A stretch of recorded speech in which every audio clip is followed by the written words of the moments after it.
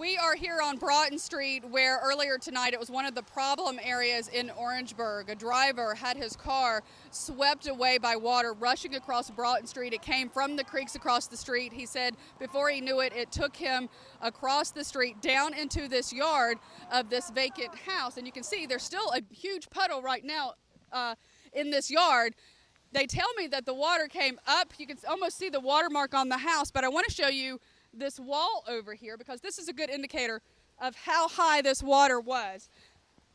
They tell me the water was gushing over this wall like it was a tidal wave of some sort. I spoke with one of the workers at the nearby business. Here's what she had to say. Oh, it was really gushing. I mean, it's a wall. It's probably yay high. It's probably about this high. And the water was literally rolling. I mean, it was like water that you would see at the beach somewhere. The tide, I mean, it was tide and coming through here. Yeah. And once in the house next door to us, where the fence is, there, I mean, it was probably that much from the top from her fence. And that's a chain link fence. Now, the owner of this physical therapy place tells me that the water came over this wall, and you can see it came into the back of their building where they are now cleaning up water. Here's what he has to say about how it affected his business. And the water just began to rise and started to come up and encroach on the building about halfway through the parking lot, and then the backside of the building is probably about half a foot of water against the backside of the building, and it started to come through the brick in the bottom of the foundation. So the majority of the building across the back began to flood. The water began to seep through the bricks.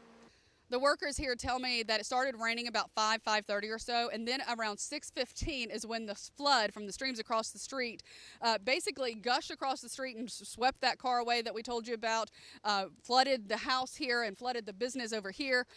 Now the water has receded. They say it took about an hour for that to happen. All we have left are these huge puddles in the yard here of this house, and of course the other low-lying areas in Orangeburg. And again, Broughton Street, where a car was swept away, a business was affected, one of the problem areas in Orangeburg. Mary Sturgill, News 19, WLTX. Dozens of people are skating into the new year, from the old to the very young. All of them have different New Year's resolutions.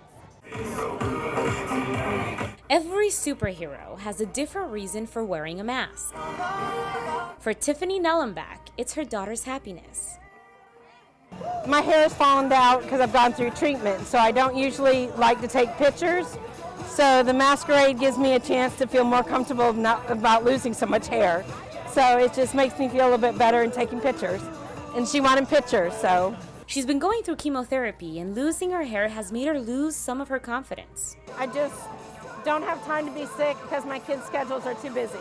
But she hasn't lost the courage to put her daughter's happiness first. This ring is full of superheroes, from one to the next. I give you 8-year-old Darian Toller. We went to Epic and we were making glasses that had lights on it, so I decided to tape it on my real glasses. His fearless attitude is helping him glide a little faster, but it's these. It's just a battery and this light. His handmade glasses with a built-in flashlight are what keep him focused on the prize.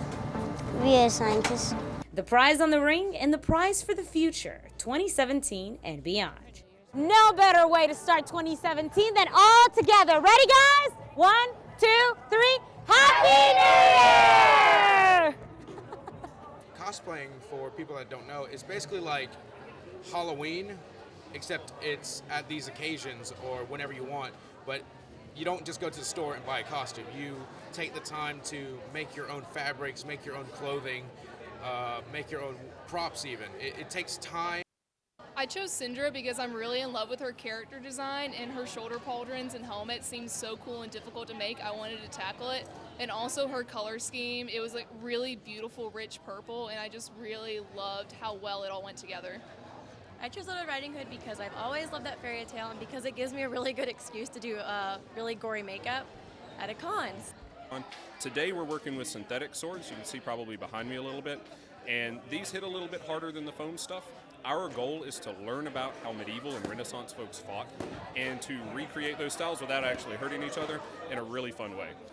But when we fight with the steel weapons, we wear full armor, accurate and authenticated to that time period, things that we usually create ourselves. Sometimes we'll purchase them, but they have to match historical records found in museums or in manuscripts like that.